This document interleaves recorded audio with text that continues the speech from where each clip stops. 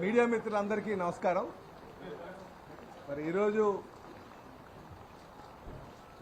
మా ఎంపీ గారు అయినటువంటి భరత్ గారి ఇంట్లో అందరు శాసనసభ్యులను పిలిచి, అంటే ఆయన పార్లమెంట్ పరిధిలో ఉన్నటువంటి శాసనసభ్యులందరినీ పిలిచి వారు ఢిల్లీలో చేసినటువంటి ఏదైతే ప్రయత్నాలు మన విశాఖపట్నం సంబంధించి చేయబట్టుకున్నటువంటి కార్యక్రమాలపైన ఆయన మాకు అన్నీ చెప్పడం జరిగింది. అలాగే మా దగ్గర నుంచి కూడా మేము ఏవైతే గత సంవత్సరంగా కాలంగా వారి ముందు పెడుతున్నామో కొన్ని సిఫార్సులు, వాటిపైన ఆయన చేసినటువంటి ప్రయత్నం మీద కూడా చర్చించుకోవడం జరిగింది.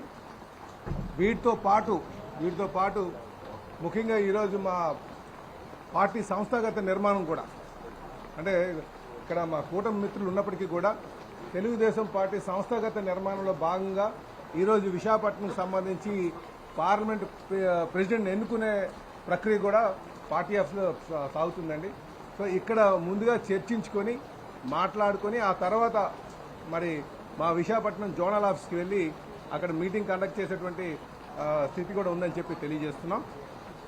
అయితే ముఖ్యంగా భరత్ గారు వారు ఢిల్లీలో చేసినటువంటి ప్రయత్నాలు, ముఖ్యంగా మనకి రైల్వే జోన్కి సంబంధించినటువంటి ఆ బిల్డింగ్ పైన కావచ్చు, లేకపోతే స్టీల్ ప్లాంట్కి సంబంధించినటువంటి విషయాలపైన కావచ్చు, అలాగే మనకి నేషనల్ హైవే అథారిటీస్ పైన వాళ్ళు చేసినటువంటి ప్రయత్నాలు కావచ్చు, ఇంకా అనేక కార్యక్రమాలు పైన వారు వివరిస్తారు.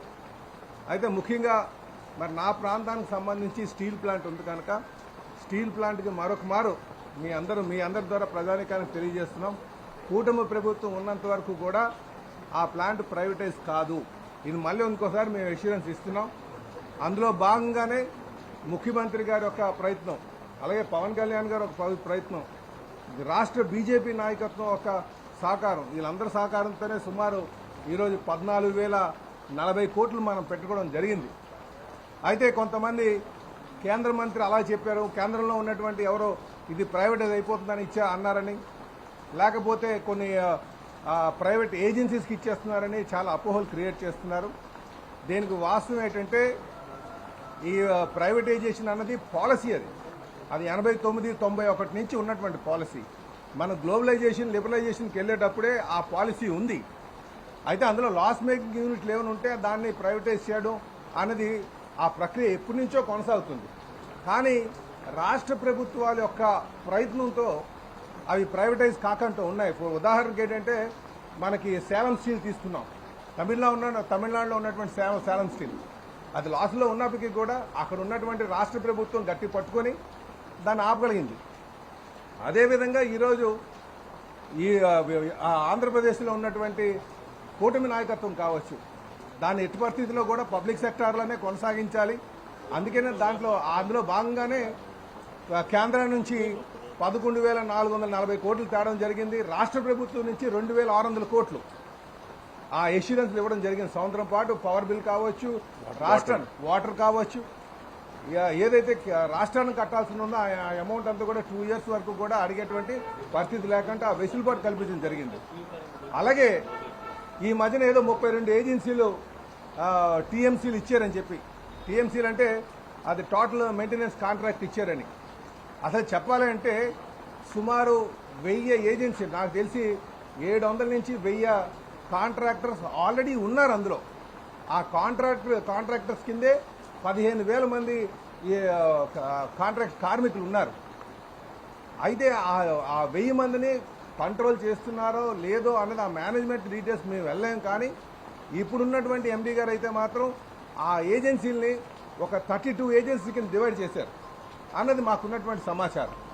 ఆ ఏజెన్సీలుగా, అంతేగాని పర్మనెంట్ ఎంప్లాయీస్ని ఎవరిని కూడా ఇబ్బంది పెట్టడం కానీ, లేకపోతే ఏదో ప్రైవేటైజేషన్ చేస్తున్నా అంటారు కదా, ఏ కంపెనీకి అమ్ముతున్నాం అది కూడా చెప్పాలి కదా. అపోజిషన్ వాళ్ళు చెప్తున్నారు ప్రైవేటైజేషన్ చేసేస్తున్నామని, మరి కొనడానికి వచ్చినటువంటి ఏజెన్సీ ఉండాలి కదా, ఆ ఏజెన్సీ పేరు చెప్పాలి కదా.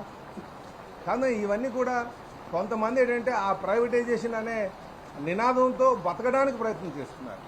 దయచేసి ఇది అందరూ గమనించాలి. మా ప్రయత్నం అయితే ఈరోజు ప్లాన్ను పరిరక్షించాలి, నడిపించాలి, లాభాలు బాటలో తేవాలి. మాకున్నటువంటి ఇంకో సమాచారం ఏంటంటే ఆ ప్లాంట్ బ్రేక్ ఈవెన్ కానీ తీసుకురావాలి అంటే బ్రేక్ ఈవెన్కి 2 బ్లాస్ట్ ఫర్నెస్లు ఫుల్ కెపాసిటీతో రన్ అవ్వాలి. అంటే సుమారు 60% కెపాసిటీతో రన్ అవుతేనే అది బ్రేక్ ఈవెన్ వస్తుంది. అంటే అది నెలకి 240 కోట్ల రూపాయల జీతాలు ఉన్నాయి.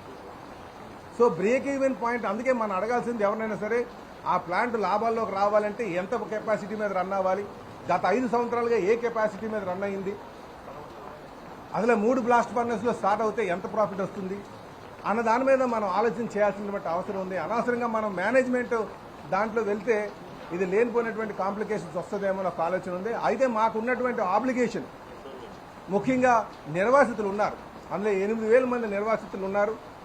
ఆ నిర్వాసితులకి జాబ్లు ఇవ్వాలనేది మా ప్రయత్నం ఎప్పటి నుంచో.